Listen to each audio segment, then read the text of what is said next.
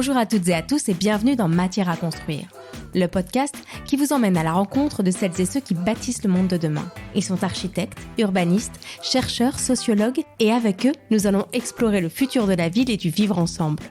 Dans ce deuxième épisode, nous avons eu la chance de recevoir Carlos Moreno pour échanger avec lui sur la ville du quart d'heure.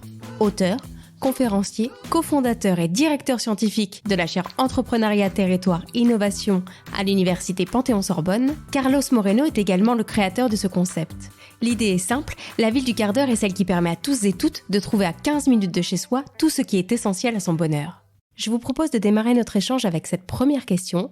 Dans votre dernier livre, Droit de cité, de la ville-monde à la ville du quart d'heure, vous évoquez dès l'introduction votre fascination pour les villes. D'où vous vient cette fascination ?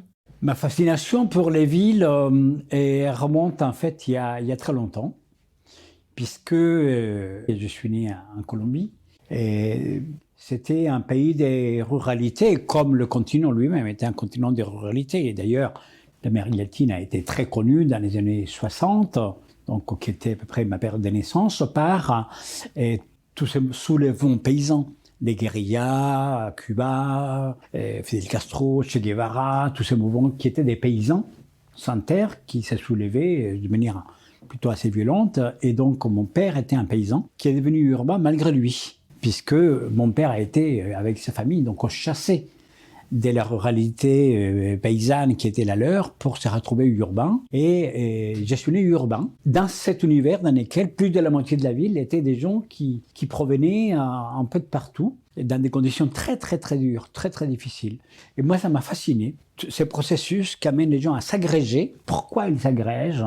Qu'est-ce qu'ils cherchent ? Et du coup, en arrivant en France, effectivement, à l'âge de 20 ans, j'ai découvert cet univers des villes très carrés, quasiment à l'opposé dans leur manière de vivre. Et j'ai été fasciné aussi par toutes ces villes qui avaient été quasiment rasées pendant la Deuxième Guerre et reconstruites. Et ces univers sont fascinants parce que chaque ville a son propre ADN.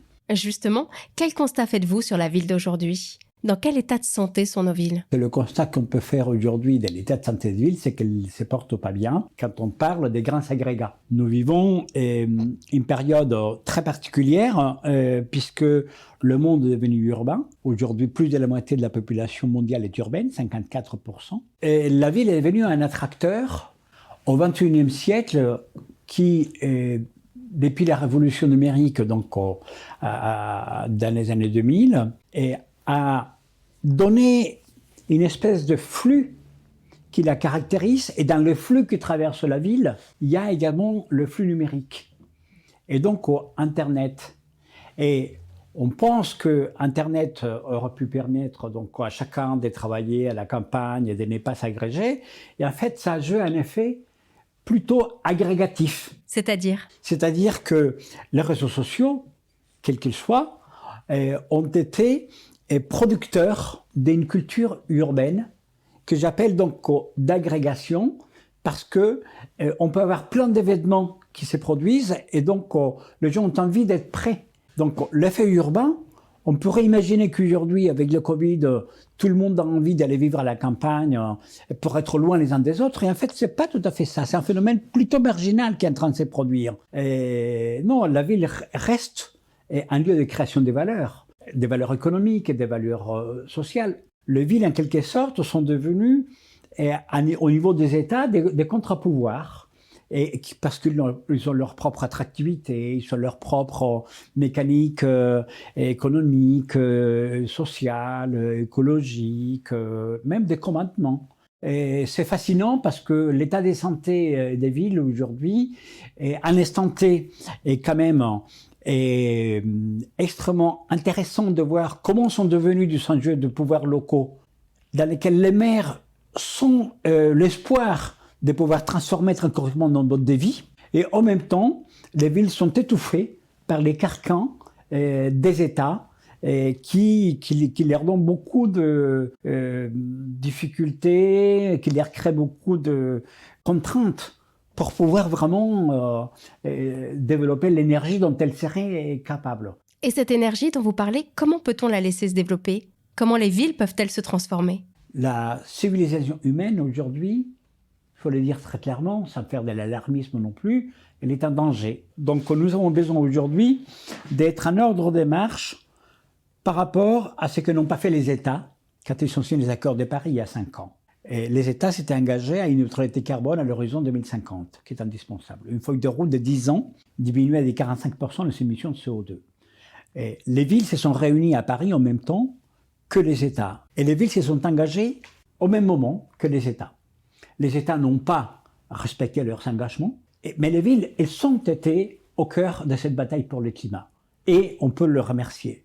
Mais nous sommes aujourd'hui confrontés à quelque chose qui dépasse la bataille du climat, parce qu'il ne suffit pas, par rapport au climat, uniquement pointer les émissions de CO2, mais également, au-delà, nous devons changer notre mode de vie. Et le professeur Gilous dit, une ville durable est la ville dans laquelle on est capable de faire la convergence écologique, économique et sociale. La vraie question, c'est comment dans nos villes aujourd'hui, on est capable de créer d'une manière durable, justement, cette triple valeur. Moi, je suis arrivé à la conclusion qu'il fallait changer de manière radicale notre mode de vie. Radical, c'est juste du latin, à la racine des choses. Mais ça veut dire quoi, agir à la racine des choses? C'est un mode de vie qui, étant totalement urbain, axé sur le productivisme, production-consommation, a volé aux gens le cœur de leur qualité de vie qui était le temps utile. La montre à la poignée qui marque le temps est venue cadencer nos vies et le monde urbain est devenu un monde dans lequel les temps ne l'avons plus parce que la séparation production-consommation nous a amené à vivre de plus en plus loin des endroits où nous exerçons une activité professionnelle. Donc cette séparation est venue tout simplement être palliée par la technologie en disant c'est pas grave, on va vous mettre des moyens de transport. Et donc on a accepté la segmentation urbaine, on a accepté la distance, on a accepté donc à perdre notre temps pour gagner notre vie. Quoi faire? Oui, il faut exploser ce système-là. Il est arrivé au bout et on ne peut plus continuer à accepter l'inacceptable. C'est pour ça que ma réflexion sur cette problématique-là m'a mené à conclure que la bataille pour les droits de la cité, c'est la bataille pour le temps, mais pour le temps utile. Et donc, quand on dit qu'il faut changer radicalement le mode de vie urbain, quand on dit qu'il faut lutter pour le climat, c'est pas uniquement diminuer les émissions de CO2 parce que je me déplace avec une voiture électrique pendant 1 heure, c'est mettre en question pourquoi je me suis déplacé à 1 heure et pourquoi je ne suis pas resté le plus près de l'endroit où je vis pour utiliser mieux les ressources. Et quand je m'en vais ailleurs, c'est parce que j'ai envie et pas parce que je suis obligé. Donc aujourd'hui, notre bataille pour la qualité des vies, c'est pour avoir du temps choisi. On en vient à la ville du quart d'heure. Comment vous avez défini les 6 fonctions essentielles qu'elle doit rendre accessibles à tous et à toutes en 15 minutes? C'était un long travail de recherche pour trouver ce qui pourrait constituer des citoyens heureux. Et cette définition nous a permis d'identifier 6 choses qui, à l'unanimité, dès qu'on les a évoquées, rendent les gens tout à fait passionnés pour les avoir. Un logement digne, un travail tant qu'à faire des qualités, pouvoir s'approvisionner donc de la meilleure manière possible et de la manière la plus saine, faire attention à sa santé physique et mentale, avoir un accès à l'éducation et à la culture et pouvoir s'épanouir, se prélasser, voilà.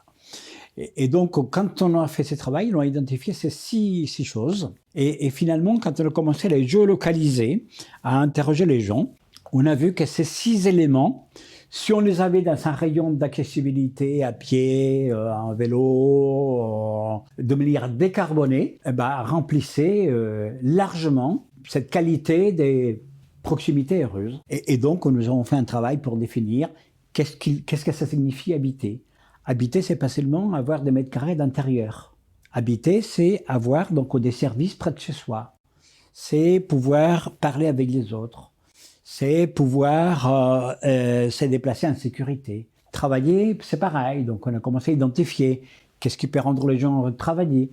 Donc, identifier comment travailler près de chez soi, sans étant tout à fait chez soi et sans se déplacer pendant 1 heure. S'approvisionner, donc avoir des circuits courts, et des choses saines. Et la santé physique et mentale également, donc pouvoir disposer près de chez soi, cette proximité dont on voit aujourd'hui l'importance stratégique qu'elle a avec le Covid.